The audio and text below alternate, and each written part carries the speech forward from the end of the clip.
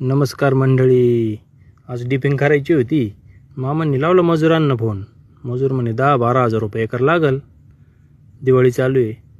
त्यांना म्हणलं आता फार ख्रिसमस आली ना, अजून कवर तुमची दिवाळी. मामा म्हणे एक काम करू, घेऊ घरीच करून.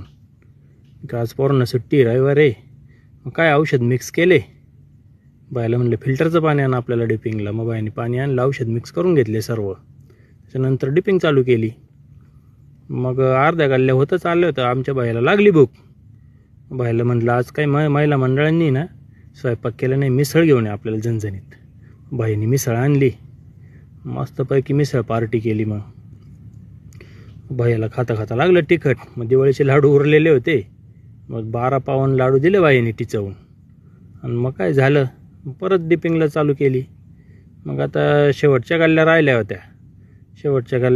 तर महिला मंडळ म्हणे आम्हाला काहीतरी नाश्ता आणा, वडे विडे. मग बाईला म्हणलं काढ मर्सडीजन जाय घेऊन ये. बाई गेला आणि आणले वडे. झाली बा अशा प्रकारे आजची डिपिंग आमची.